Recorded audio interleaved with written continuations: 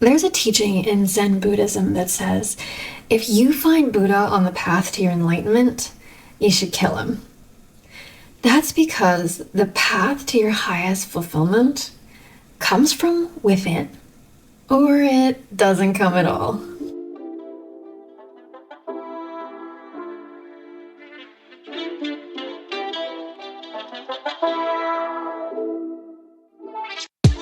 You're listening to the Science and Spirit of Happy podcast, where we discuss the rational, strategic, and psychological methods, but also the deep reasons and spiritual philosophy behind being happy down to the soul. Happiness isn't just hedonism. It's not even solely personal. Getting happy dramatically increases your effectiveness in every area, from business and finance to relationships. When we align with our own personal version of ideal, we end up not just happier, but healthier, more whole, more successful and richer, but even loving and loved. It's my opinion that getting happy for yourself is the absolute best way to serve the people in your life. I'm your host, Laura Lee Bowers, master healer and academic researcher, and this is another episode diving into The science and spirit of happy. the logical path to soul. I am very, very pleased to be talking with you all today because, lately I've actually been feeling a bit outside of myself, with my focus being on other people and external situations, and I was not feeling very happy. So today's topic is getting unstuck.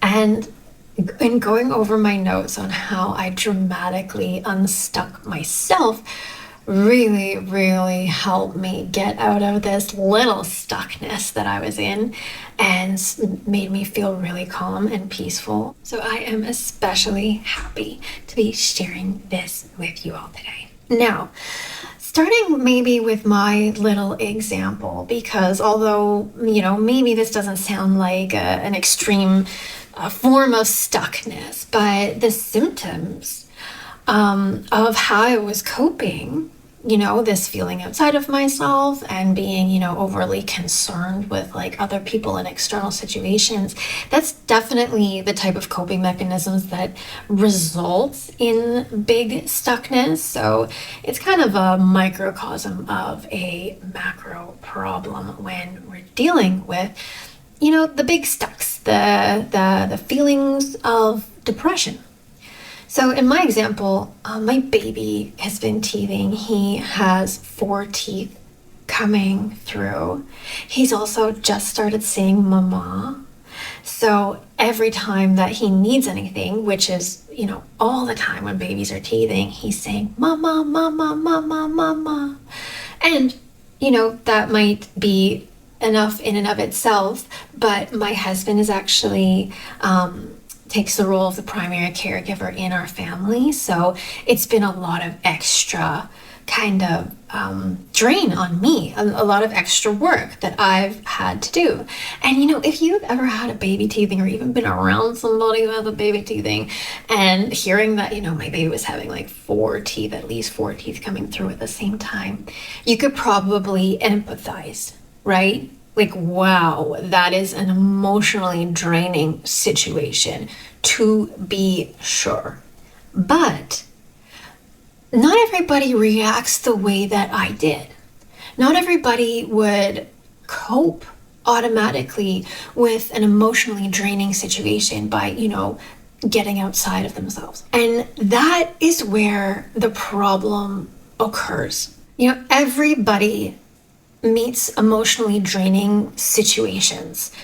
The whole purpose in the Sustainable Dreams theory, this is my strategy to get to sustainable happiness, is not to end all suffering, that Buddhist kind of definition of enlightenment. That is not the point. And the point, according to me, according to the Sustainable Dreams Theory, my strategy to sustainable happiness is never to avoid all suffering. It is to be able to roll healthily with the punches. I think that, there is an amount of challenge in everyone's life, and there will be, if you love, there will be times when you suffer. When we're talking about like the Buddhist form of enlightenment, Buddhist monks are celibate and they live in a monastery meditating.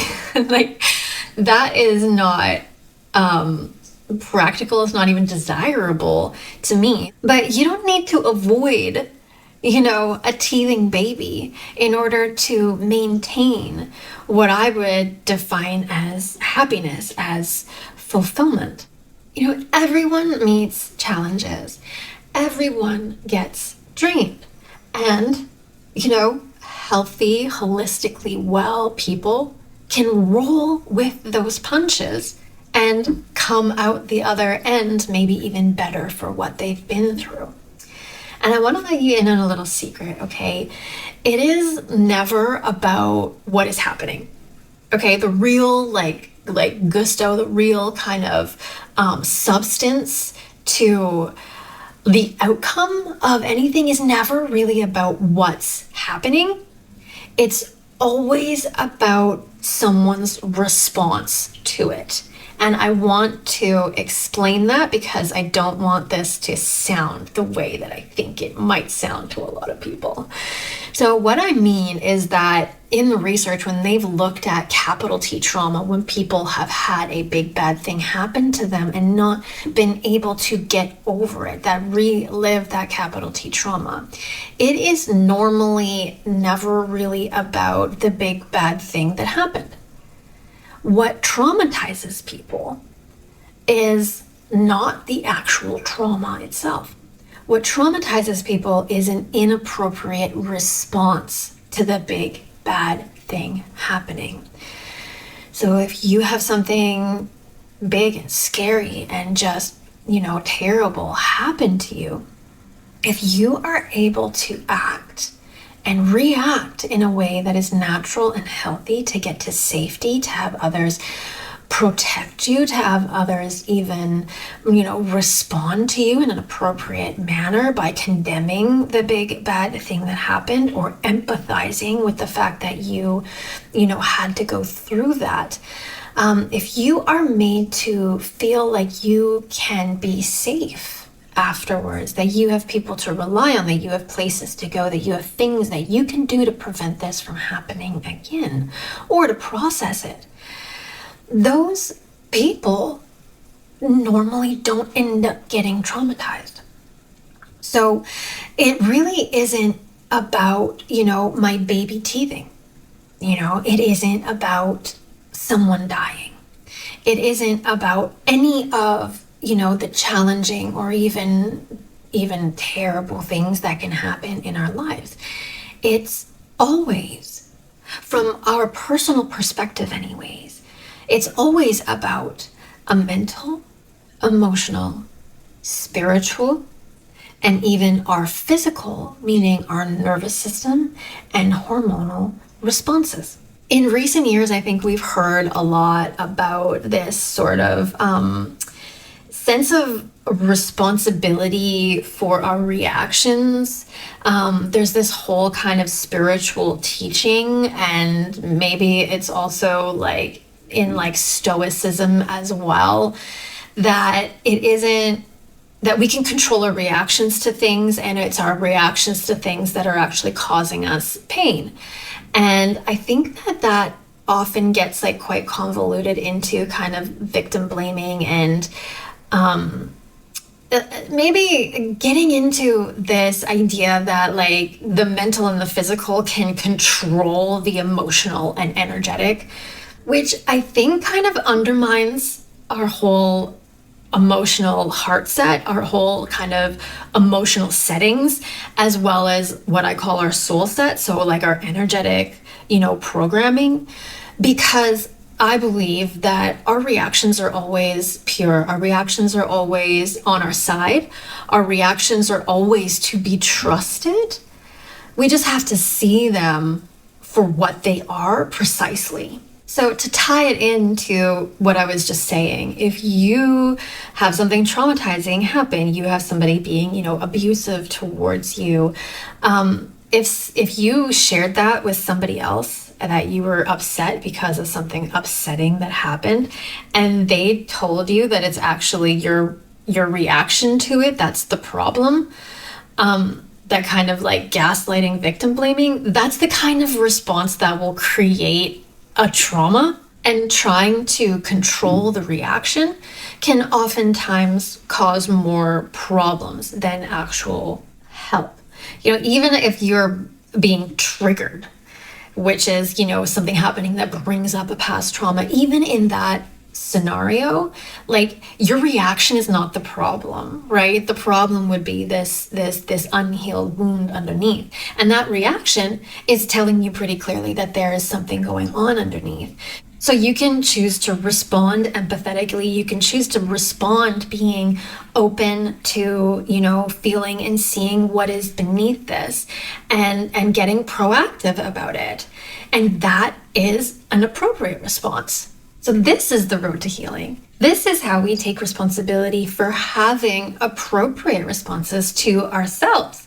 And this is why this theory of kind of taking ownership for the way that you react to situations rings true. This is why it's become so popular, because in some way, in a kind of fundamental way, you really are the only person that can make you happy.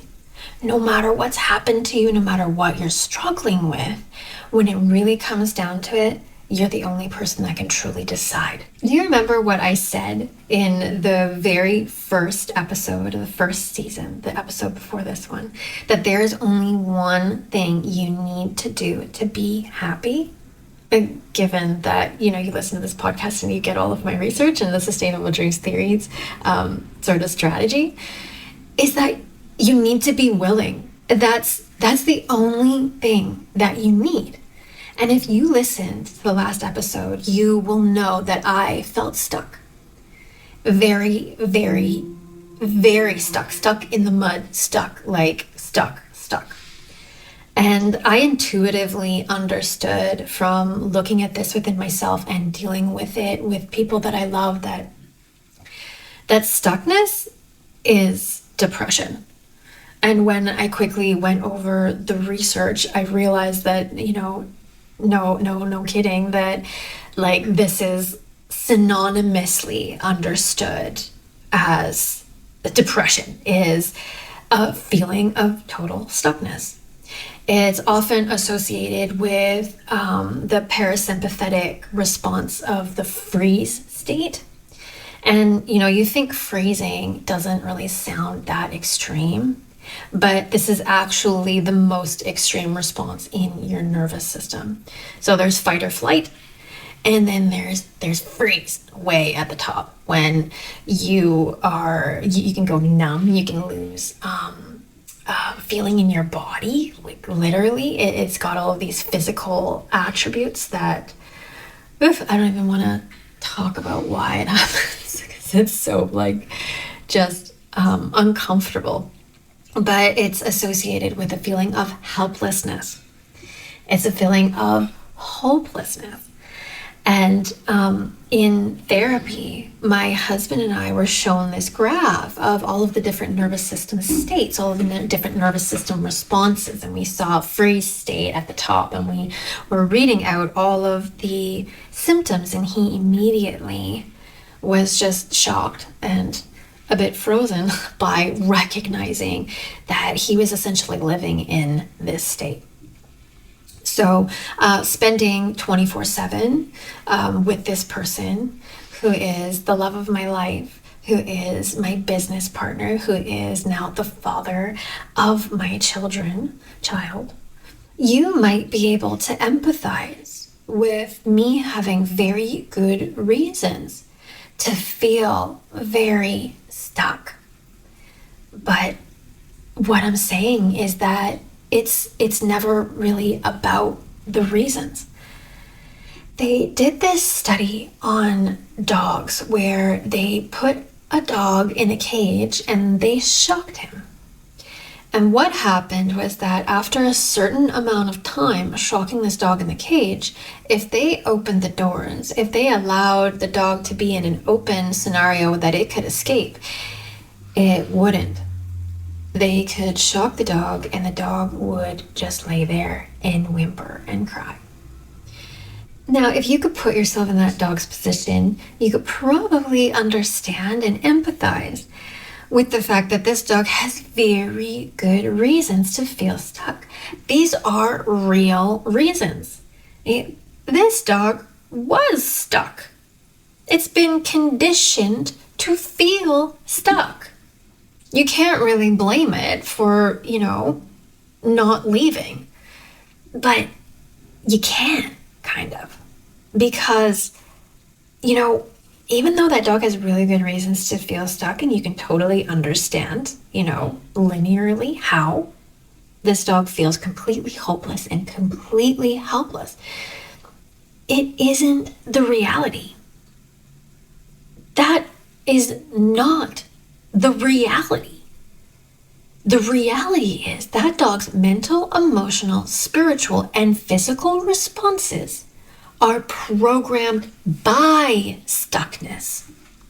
So where another dog would jump and yelp and run away, or maybe bite a scientist, the other dog has a completely different response. The dog that grew up that way, the dog that has endured this conditioning, stays. And I think oftentimes, if we're feeling stuck or we're feeling depressed, the overwhelming messaging, I think, is to just get up and do something about it. To go through those happiness habits that I was talking about in the first episode. And I think that people feel really misunderstood when, they're told that they should just just get up and do some exercise and everything's going to feel better. Because everything is framed like it's a choice, and maybe to the dog that wasn't kind of programmed to feel stuck and helpless, it is a choice here. They're going to stay and get shocked or leave. But unconscious programming, when we're talking about mental, emotional, spiritual, and physical responses that are programmed into your unconscious, these are not small factors. When we look at the conscious mind, you are using maximum 10% of your brain, okay? Never mind your whole nervous system and whatnot. I mean, they're finding that, the gut works as a secondary brain almost, not to mention everything that we don't understand about the body. But just your brain, you're using at most 10%. We're talking 5 to 10%. So if someone thinks that you can just kind of choose your way out of your unconscious programming, it's going to be very disappointing, because, choosing is, first off, it's only on the mental sphere. And if we're thinking from a Western perspective, we tend to focus on the mental and the physical. And if you're only focusing on half of the picture, because, you can make choices. And I mean, what I teach would not be possible if I couldn't communicate it to your mind and you could make choices to, follow a linear path to kind of get there. The mind is an extremely powerful tool, and you can choose. You absolutely can, but you have to see the full picture.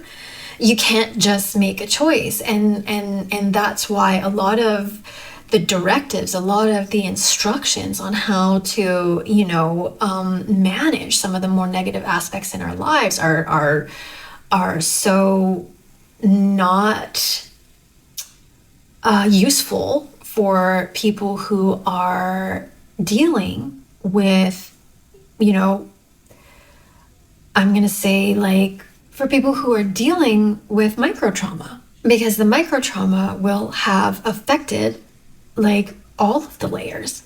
So even if you focus on an Eastern kind of spiritual, traditional Eastern spiritual kind of right brain focus on, emotional and energetic spiritual, development, you're still going to be missing half of the picture. That's why psychology has struggled so much. And that's why you can't just, hop on a guru train or, pick up a yoga practice and have your whole life be sorted. And that's also why I teach what I teach. Because in my opinion, an entirely holistic approach is the only way to sustainable fulfillment. Now, how I got unstuck. In Zen Buddhism, also, they have this focus on like a flash moment of enlightenment. And the rest of the traditions in Buddhism believe in a kind of like stable path towards enlightenment where you have practices that you do every day that you're growing towards it. And I think that I have probably experienced both things because the way that I got unstuck was like a flash of illumination, and I have not sunk back in the rut that I was in since. And this was maybe what we call in the Western addictions and whatnot rock bottom. But I got to the point where we're having a fight, and the thoughts that went through my head were so disturbing that I just clicked. All of a sudden, I was holding my baby and I was looking out the window, and I just realized that like I could not do this anymore. Like I just couldn't. And there was no thought after that. It was just, I'm leaving. And it was like a visceral kind of cold water, like bath just flowed right over me, where I just got cool, calm, and collected. Whereas I was, at peak of emotional kind of heightenedness before that. And I understood what I needed to do. And I'm going to leave, what I meant by I'm leaving up to you, because that can mean a lot of things. It can mean I'm leaving for a walk, I'm leaving my husband, I'm leaving this apartment, I am, leaving behind this behavior, I'm, whatever. It can mean a lot of things. But the meaning doesn't really mean anything to you. And actually, it doesn't really need to mean anything to me either, which I'll explain in just a second. So I went on a walk with my baby, and I had to face a whole bunch of fears that I was harboring. And in facing those fears, I had to really feel for myself that like I was going to be okay. And even though, there were all of these things popping up in my mind, this way that I envisioned my life to be, and how, disappointing that would be, if it didn't turn out that way. And I just had to face one after the other, all of these just total giant fears of mine. And just out of, my feeling of necessity, just walk right through them and tell myself that I was going to be okay no matter what, and that I was going to get to the things that make me happy and the place that I needed to be happy no matter what.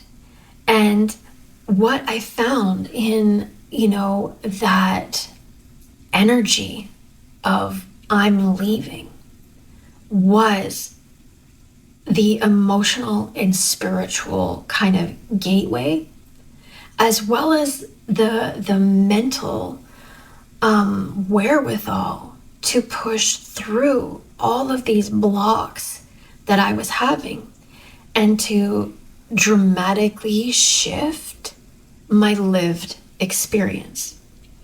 And I remember going to a marriage counselor with my husband, the same therapist that showed us that graph, and he said that I needed to take responsibility for my part of the dynamic.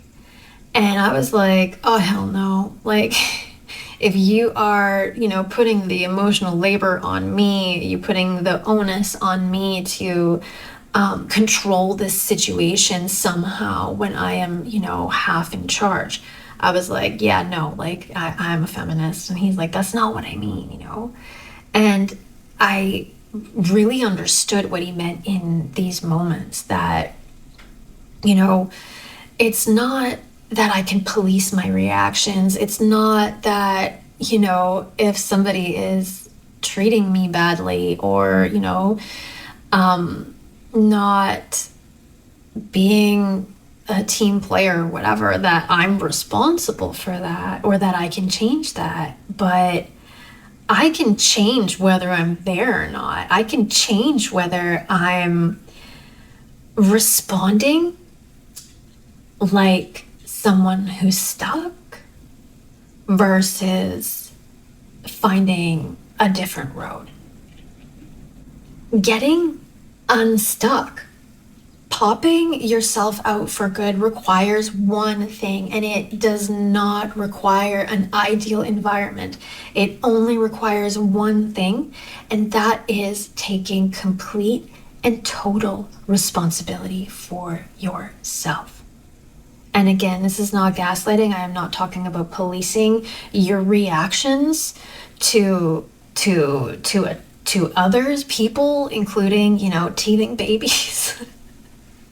Your reactions are absolutely perfect. If you're self-aware, they're absolutely perfect. If you are frozen, guess what? You've probably been shocked in a cage at some point in your life. If you're anxious, guess what?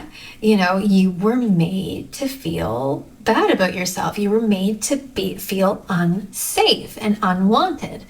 These are perfect reactions to an imperfect situation. And in order to get over these micro traumas that you're carrying around from imperfect situations, you need to know what's happened. You need to know what is happening in your mind, heart, spirit, and body in order to remedy it.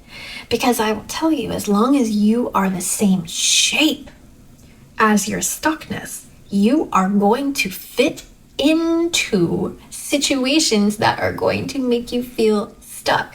So until you change your shape, you can't fit anywhere else. This is kind of one of the whole secrets behind, manifestation when it actually works. But, oh man, that's a whole other podcast. So in a world where you can have, infinite reactions to any situation, and people who are healthful, emotionally well, holistically well, and happy can illustrate this to us quite plainly. We can know that, it's never about the baby teething. If I start feeling symptoms of being out of alignment with my peace and harmony, with my best self, the cause is much deeper than the circumstance. And the circumstance might have, lots to do with it.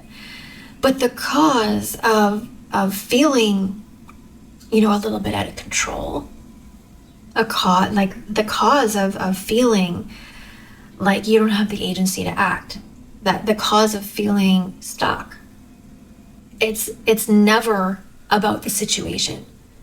Because as an adult, you are never in a cage. And that might be a harsh reality to face for a lot of people. But I will tell you that, I never felt stuck in my life before this. My coping mechanisms were the fight and flight variety, mostly flight. I've traveled all over the world in search of, my better life. So if I could feel stuck, if I could get to the point of feeling stuck, I think anybody can. So, like, please don't feel like this is, a terrible thing that's happened to you and that you're responsible for it. I mean, you are responsible for it now, but you're not responsible for it happening. And, my husband, we have like verified, reports from like kindergarten saying that, like, illustrating that he was incredibly stuck already by that age, by 4 years old. So and he is making leaps and bounds in the years that we have been together, and especially now. So even if you are a person who has felt stuck your entire life, like since time immemorial, like even you can get unstuck, because as adults, we are all in the phase of, the dog outside the cage. Kids are not conscious. Kids are receptive and dependent. And that's why most trauma or bad things that happen in our life can be traced back to our childhood. Did you know that if you have capital T traumas, you're at such a much higher likelihood to be re-traumatized again?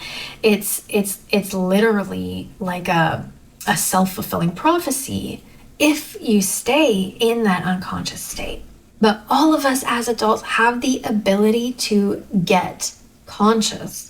For myself back in the day, for my original kind of getting to my independent happiness, I mentioned in my last episode too, that there's two different stages of happiness. There's independent, which is individual happiness, like on your own, doing your own thing. And then there's interdependent happiness, which is what I am growing through right now as a, newly married young family, young mother, etc.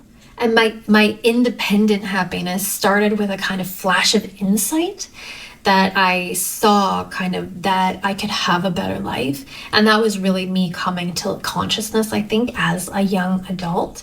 And I followed a very methodical path towards getting to my highest fulfillment, instead of this kind of Zen flash of, enlightenment.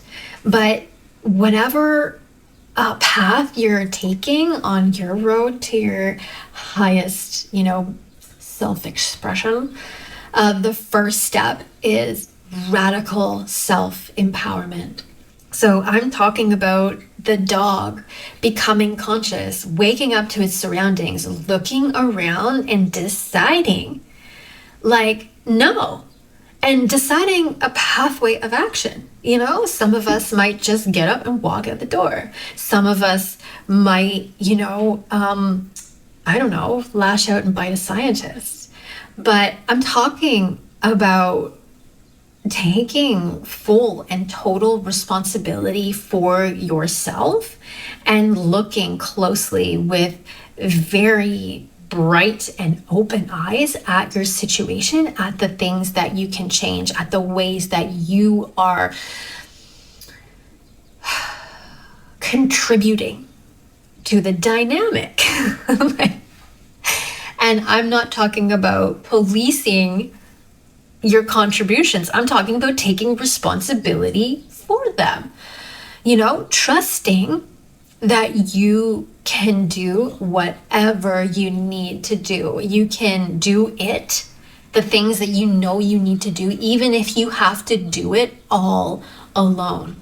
I'm talking about radical self-trust, okay? Being ungaslightable and trusting that the world is full of amazing people, that trusting that you are worthy of a good life, knowing that no matter what happens, everything will be all right, because you're gonna roll with it.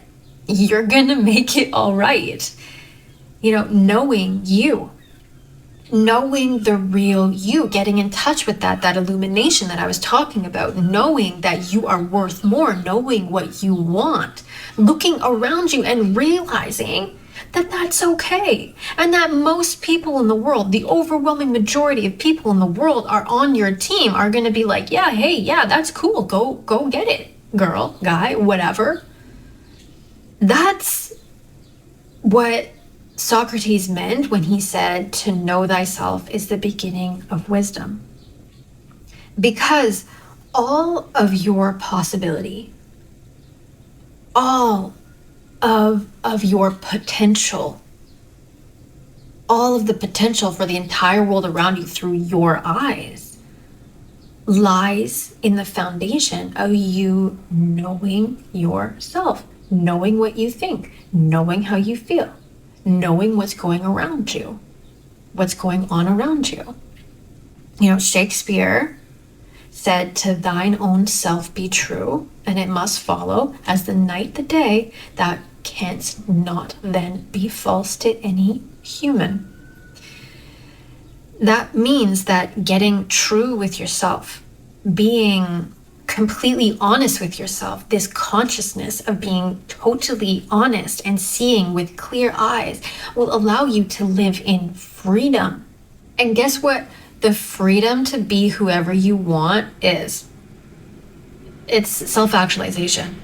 It is the highest tier of Maslow's hierarchy of needs, the freedom to be whoever you want to be. You know, the Zen teaching, bringing it back to the opening line, the Zen teaching, that if you find Buddha on the path to your enlightenment, you should kill him, is not really unlike Freud's killing the father for self-actualization or, you know, success, etc. What it really means is you're taking the responsibility away from anybody else to guide you, to direct you, to show you what to do. Radical self-empowerment means entering an emotional and spiritual state of total authority over yourself. Radical self-empowerment means entering a mental, emotional, spiritual, and physical state where you take full responsibility for yourself. And I'm going to talk about what to do after you take this full responsibility for yourself in the next episodes of this season. So stay tuned, catch the next episode when I'll be talking about finding your purpose, finding inspiration, finding dedication, how to develop that, and how to transcend this kind of muddy water of the stuckness, of the challenges, kind of in a single leap. I'm Laura Lee, keeping it real on the Science and Spirit of Happy podcast, laying down the logical path to soul.